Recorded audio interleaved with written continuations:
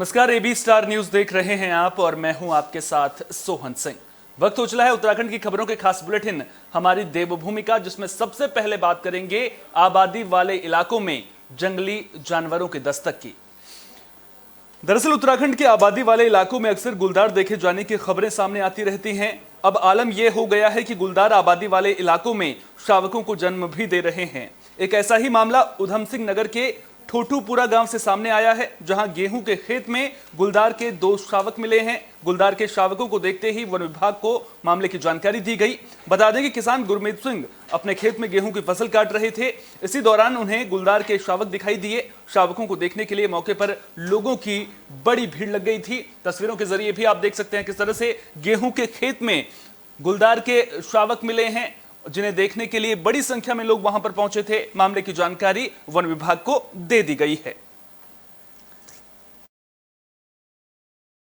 ठोठूपुरा छोटे परिवार में है और बाकी ये फार्मर छोटे बच्चे हैं। हमारा घर भी पास में है, बस्ती पास में। यहाँ पर करीब 250 मीटर पे दूरी पे बस्ती भी है और बच्चों को खतरा भी है। क्या पता, नदी के किनारे सारे घर बसे हुए हमारे, हमें खतरा। और इसको आज ही वन विभाग से अपने चेतावनी देते हैं कि पिंजरा लगाया जाए।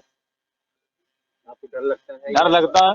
बच्चे ही मिलेगा, बच्चे भी मिले हैं और हमने तो खुद देखा ही है। आए थे यहाँ पर, हमें तो पता ही नहीं था यहाँ रहते हैं। और दहशत फैल गई देखने को। आगे तो ये लेबर भी आती है और इसको पकड़ा जाए तो अच्छी बात है। दहशत बनी हुई है जी। ये गांव में लगभग ये लेबरें भी काम कर रही हैं, हम किसान लोग भी आते हैं दिन रात। और यहाँ पे कई बार लोगों के, किसानों के कुत्ते वगैरह भी ले गया तेंदुआ पकड़ के। पीछे थोड़े दिन पहले शिवपुरी गांव में एक आदमी के ऊपर भी अटैक किया है इसने। तो इसलिए तेंदुए का प्रकोप तो काफी बढ़ गया है पहले से। और यहाँ पे किसानों की भी मांग है भी ये इसके लिए पिंजरा वगैरह लगाया जाए। और अब ये आज 14 तारीख दिन शुक्रवार यहाँ पे तेंदुए की कैंपेन चल रही थी, गेहूं काट रहे थे किसान लोग। तो उसमें बच्चे पाए गए यहाँ पे और उसको पकड़ के अपना कैंपेन के ड्राइवर ने साइड में रख दिया था। तो अभी तो यहीं पे है, वन विभाग की टीम वगैरह यहाँ तो आई कोई नहीं अभी। अब उत्तराखंड में हर महीने बिजली के बिल में फ्यूल सरचार्ज लगेगा। आपको बता दें कि पहले फ्यूल सरचार्ज 3 महीने में एक बार लगता था। यूपीसीएल ने उत्तराखंड विद्युत नियामक आयोग में मामले को लेकर याचिका दायर की है। याचिका पर 9 मई को सुनवाई होगी। दरअसल एक्ट के हिसाब से विद्युत वितरण कंपनी को फ्यूल सरचार्ज को उपभोक्ताओं से वसूलने का अधिकार है। इसके तहत यूपीसीएल को हर तीसरे महीने नियामक आयोग में याचिका दायर करनी पड़ती है। इस याचिका पर आयोग सुनवाई करने के बाद फ्यूल सरचार्ज की दर तय करता है। इस लंबी प्रक्रिया को सरल बनाने के लिए यूपीसीएल ने एक याचिका दायर की है, जिसमें कहा गया है कि तिमाही की बजाय हर महीने सरचार्ज तय किया जाए। इसके लिए एक फॉर्मूला भी सुझाया गया है, जो कि देश के कई राज्यों में चल रहा है। यूपीसीएल के एमडी अनिल कुमार ने बताया कि अगर आयोग इसकी अनुमति देता है तो इससे हर तीसरे महीने याचिका दायर करने की लंबी प्रक्रिया खत्म हो जाएगी। इसके बजाय खुद ही हर महीने फ्यूल सरचार्ज बढ़ जाएगा।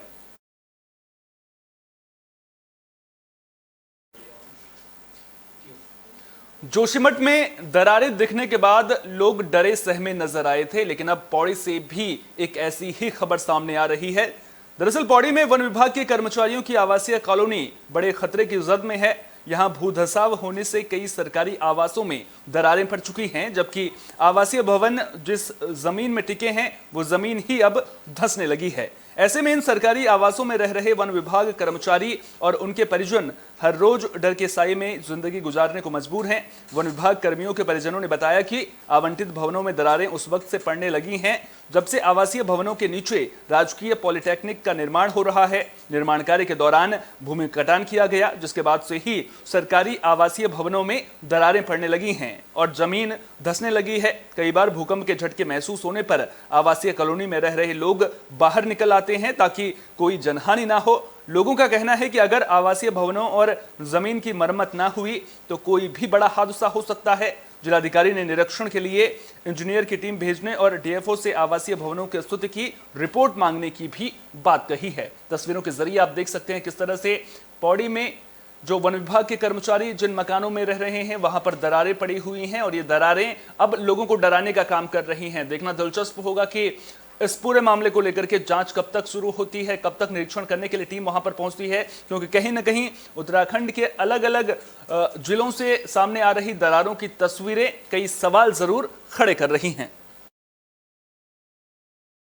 सर डर तो बहुत लगता है सर, टूट फूट हो रखी है सर। जब भूकंप वगैरह आता है तो सर सब हिलता है मकान यहाँ, और ये है कि इसके कारण बच्चे भी डरते रहते हैं, और सारे मकान में चारों आगे पीछे आगे पीछे सब में दरार जा रखी है। डरने तो लगना ही है। ये जब तक से ये पॉलिटिक्स बनी है तब से सर ऐसे हुआ है। और ये है कि मैं भी यहाँ मतलब 9-10 साल से रह रहा हूँ। अभी जब से मैं आया हूँ यहाँ तब से मैं ऐसे देख रहा हूँ इसको।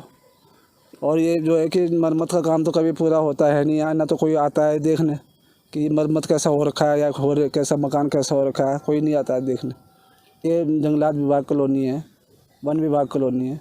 लगभग कितने लोग रहते होंगे यहाँ? लगभग काफ़ी परिवार रहते हैं यहाँ पे, कम से कम 8-10 घर है यहाँ पे इस मोहल्ले में। मतलब सभी की ये स्थिति यह हाल है? सब जगह यही स्थिति है।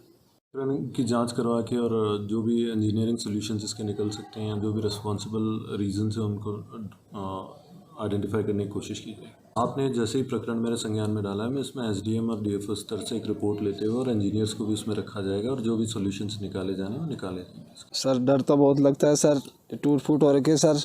जब भूकंप वगैरह आता है तो सर सब हिलता है मकान यहाँ, और ये है कि इसके कारण बच्चे भी डरते रहते हैं, और सारे मकान में चारों आगे पीछे सब में दरार जा रखी है।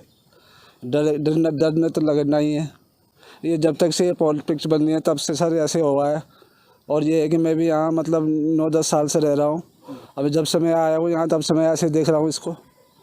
और ये जो है कि मरम्मत का काम तो कभी पूरा होता है नहीं यहाँ, ना तो कोई आता है देखने कि मरम्मत कैसा हो रखा है या कैसा मकान कैसा हो रखा है, कोई नहीं आता है देखने।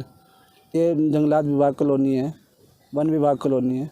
लगभग कितने लोग रहते होंगे यहाँ? लगभग काफ़ी परिवार रहते हैं यहाँ पे, कम से कम 8-10 घर है यहाँ पे इस मोहल्ले में। मतलब सभी की ये स्थिति यह हाल है? सब जगह यही स्थिति है। की जांच करवा के और जो भी इंजीनियरिंग सॉल्यूशंस इसके निकल सकते हैं या जो भी रिस्पॉन्सिबल रीज़न है उनको आइडेंटिफाई करने की कोशिश की जाए। आपने जैसे ही प्रकरण मेरे संज्ञान में डाला है, मैं इसमें एसडीएम और डीएफओ स्तर से एक रिपोर्ट लेते हुए और इंजीनियर्स को भी इसमें रखा जाएगा और जो भी सॉल्यूशंस निकाले जाने वो निकाले जाएंगे। सर डर तो बहुत उत्तराखंड के मुख्य सचिव एस एस संधू उत्तरकाशी के दौरे पर पहुंचे। उन्होंने नेलांग में आर्मी और आईटीबीपी के जवानों से मुलाकात की, साथ ही सीमा पर तैनात जवानों से बारीकी से आर्मी के चेकपोस्ट को लेकर चर्चा की। उसके बाद नेलांग से लगे भूटिया समुदाय के गांव जादूंग का भ्रमण किया। मुख्य सचिव एस एस संधू ने नेलांग, जादूंग और हर्षिल घाटी की सुंदरता की तारीफ की। उन्होंने हर्षिल के धराली गांव में मत्स्य तालाब का भी निरीक्षण किया और मछलियों को दाना खिलाते हुए भी नजर आए। मातली हेलीपैड पर आईटीबीपी के कैंपस में चारधाम यात्रा की तैयारियों पर जिले के अधिकारियों के साथ बैठक की। बैठक के बाद मुख्य सचिव ने एग्री प्रोसेसिंग ग्रोथ सेंटर डुंडा का भी निरीक्षण किया। बता दें कि कूड़े का निस्तारण जिले की सबसे बड़ी परेशानियों में से एक है। कूड़ा निस्तारण को लेकर भी मुख्य सचिव ने जिलाधिकारी के साथ बात की है। आज के दौरे का मेन मकसद तो था जो अभी हम 4 धाम की तैयारी की बैठक करने जा रहे हैं, और इसमें पहले भी एक बैठक हो चुकी है शासन स्तर पे, जिसमें सभी जिला स्तरीय अधिकारी भी वीसी पे कनेक्टेड थे, और उसमें एक खाका खींच लिया गया था कि पिछले सीज़न में क्या क्या दिक्कतें आई, उनका क्या क्या समाधान करना है। और जिला प्रशासन ने हमें रिपोर्ट भी भेजी है, काफ़ी काम कर लिए गए हैं। और क्योंकि अब यात्रा नज़दीक आ रही है तो इसलिए आज जो जिला स्तरीय अधिकारी हैं सभी के साथ सीधी बात हो जाएगी, और अगर किसी शासन स्तर पे किसी निर्णय की या फंड्स की ज़रूरत है तो आज हम निर्णय ले लेंगे, ताकि अगली जो 4 धाम यात्रा है वो पिछले सीज़न से भी अच्छी हो सके। सर इस समय भारत सरकार से और प्रदेश सरकार के हेल्थ डिपार्टमेंट ने जारी किए हैं गाइडलाइन, उसका पालन किया जाएगा। लेकिन एक अच्छी बात है कि हम प्रिकॉशन तो सभी को लेने को कह रहे हैं, और ये जो अभी चल रहा है कोई ज़्यादा ख़तरनाक नहीं है। जैसे वेव 1 और वेव 2 आई थी, उसमें बहुत ज़्यादा लोग हॉस्पिटल चले गए थे और बहुत लोगों की डेथ भी हुई थी, तो इसमें उतनी सीरियस नहीं है ये, तो इसलिए हमें आशा है कि ये जल्दी ही अबाउट हो जाएगा और ज़्यादा दिक्कत की बात नहीं है। लेकिन फिर भी हम पूरे प्रिकॉशन इसमें लेंगे। तो पता है ये लंबा प्रोजेक्ट चल रहा है और बीच में कुछ स्टे वगैरह आ गए थे, इसके कारण उसमें विलम्ब हुआ है। लेकिन इसमें हमारी वह मंथली मॉनिटरिंग चलती है। अब पहाड़ों में बुलेटिन में बात मसूरी की, जहां अल्पसंख्यकों से जुड़ी योजनाओं को लेकर चर्चा की गई है। तो राष्ट्रीय अल्पसंख्यक शैक्षणिक संस्था आयोग के चेयरमैन जस्टिस नरेंद्र कुमार जैन ने सभी अल्पसंख्यक समुदायों और उनके शैक्षणिक संस्थानों से जुड़े लोगों से अल्पसंख्यकों से जुड़ी योजनाओं पर चर्चा की है। उन्होंने कहा कि केंद्र सरकार ने 6 समुदायों मुस्लिम, ईसाई, सिख, जैन, बौद्ध और पारसी को धार्मिक अल्पसंख्यक घोषित किया हुआ है। केंद्र ने भाषाई अल्पसंख्यक घोषित नहीं किए हैं। अल्पसंख्यक समुदायों को सरकारी योजनाओं का लाभ लेना चाहिए। राज्य सरकार जमीन का पट्टा व्यक्ति के नाम होने पर मदरसा बनाने के लिए 20 लाख रुपए मुहैया कराती है। NMDFC योजना में अल्पसंख्यक वर्ग को सस्ती दरों पर कर्ज मुहैया कराया जाता है। इस योजना का शुरुआती कोष 500 करोड़ रुपए था, जो अब बढ़कर 3,500 करोड़ रुपए हो गया है। बैंकों में भी अल्पसंख्यक वर्गों के लिए एक नोडल अफसर होता है। जैन ने कहा कि अगर अपने समुदाय के लिए कुछ करना चाहते हैं तो स्कूल और मेडिकल कॉलेज खोलें। आज यूनिवर्सिटी भी स्थापित कर सकते हैं।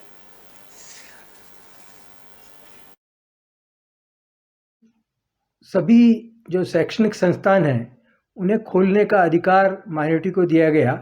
एक सिंगल पर्सन जो माइनॉरिटी का है, विदाउट एनी ट्रस्ट, सोसाइटी और चैरिटेबल कंपनी, क्योंकि प्रॉफिटेबल कंपनी को तो हम माइनॉरिटी स्टेटस देते नहीं है, तो एक सिंगल पर्सन माइनॉरिटी का यूनिवर्सिटी खोलने का अधिकार रखता है।